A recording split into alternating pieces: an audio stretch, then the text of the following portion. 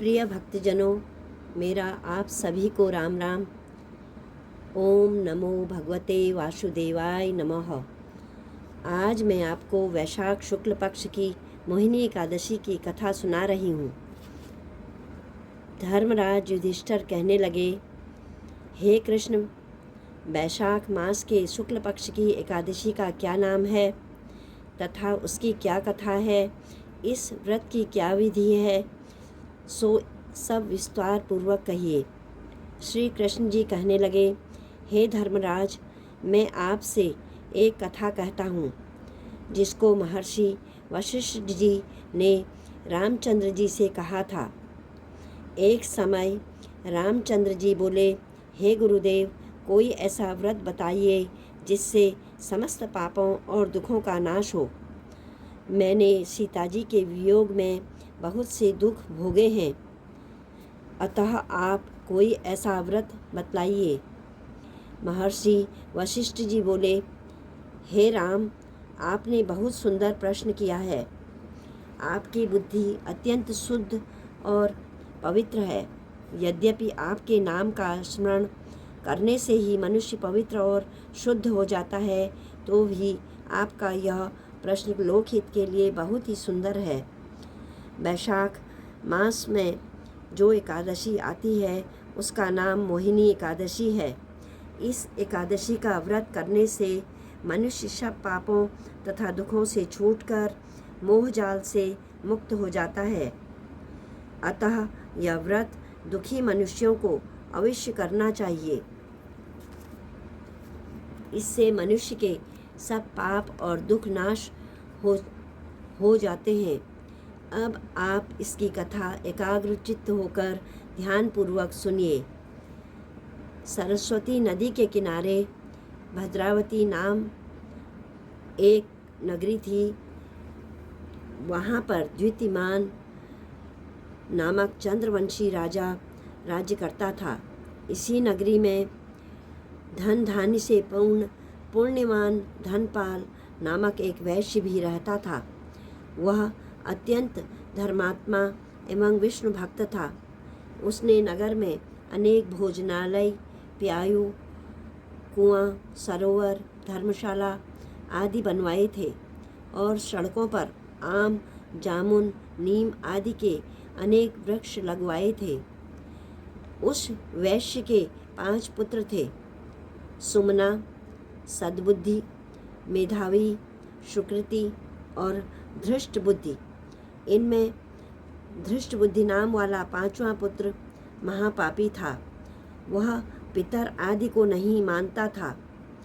वह वैश्या और दुराचारी मनुष्यों की संगति में रहकर जुआ खेलता, पर स्त्रियों के साथ भोग विलास करता तथा मद्य मांस का सेवन करता। इसके अतिरिक्त अन्य अनेक कुकर्मों में भी वह अपने पिता के धन को नष्ट करता था। वैश्याओं के साथ उनके गले में हाथ डालकर फिरता रहता था। इन्हीं कारणों से उसके पिता, भाइयों और कुटुंबियों ने उसको घर से निकाल दिया था। उसकी निंदा करने लगे थे। घर से निकाल देने के बाद वह अपने गहने, कपड़े बेचकर निर्वाह करने लगा। जब सब धन नष्ट हो गया तो वैश्या और दुष्ट संगी साथियों ने भी उसका साथ छोड़ दिया। अब वह भूख और प्यास से अत्यंत दुखी रहने लगा। अत्यंत कोई सहारा न देखकर वह चोरी करने लगा। एक बार पकड़ा गया, परंतु राज्य कर्मचारियों ने उसको वैश्य का पुत्र जानकर छोड़ दिया। मगर जब दूसरी बार वह पकड़ा गया तो उन्होंने उसे राजा के सामने उपस्थित कर दिया। राजा ने उसे कारागार में बंद कर दिया। कारागार में राजा ने उसको बहुत दुख दिया और कहा कि तू मेरी नगरी से निकल जा। वह नगरी से निकलकर वन में चला गया और वन में पशु पक्षियों को मारकर खाने लगा। कुछ समय के पश्चात वह बहेलिया बन गया और वह धनुष बाण लेकर पशु पक्षियों को मार मार कर खाने लगा। एक दिन वह भूख और प्यास से दुखित होकर खाने की खोज में फिर रहा था। कौंडिन्य ऋषि के आश्रम पर पहुंचकर उस समय बैशाख मास था और कौंडिन्य ऋषि गंगा स्नान करके आ रहे थे। उनके भीगे वस्त्रों के छींटे पड़ने से उसको कुछ सद्बुद्धि प्राप्त हुई और वह मुनि के सामने हाथ जोड़कर कहने लगा, हे मुनि, मैंने अपने जीवन में बहुत पाप किए हैं। आप उन पापों से छूटने का कोई साधारण और बिना धन का उपाय बतलाइए। उसके दीन वचन सुनकर ऋषि कहने लगे कि ध्यान देकर सुनो, तुम वैशाख शुक्ला एकादशी का व्रत करो। इस एकादशी का नाम मोहिनी है और इससे तुम्हारे सब पाप नष्ट हो जाएंगे। मुनि के वचन सुनकर वह अत्यंत प्रसन्न हुआ और उनके बताई गई विधि के अनुसार उसने मोहिनी एकादशी का व्रत किया। हे राम, इस व्रत के प्रभाव से उसके सब पाप नष्ट हो गए और अंत में वह गरुड़ पर चढ़कर विष्णुलोक गया। इस व्रत से मोह आदि सब दोष नष्ट हो जाते हैं।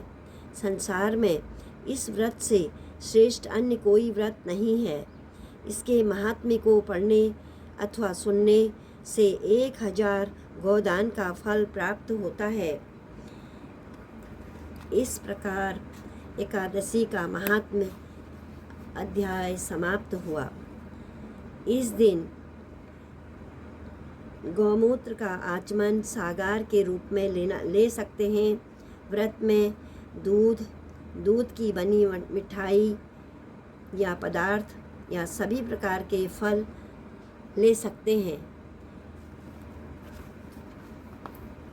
श्रीमन नारायणे नारायणे नारायण, भजमन नारायणे नारायणे नारायणे, श्रीमन नारायणे नारायणे नारायण, भजमन नारायणे नारायणे नारायणे, श्रीमन नारायणे नारायणे नारायणे, भजमन नारायणे नारायणे नारायणे, श्रीमन नारायणे नारायणे नारायणे।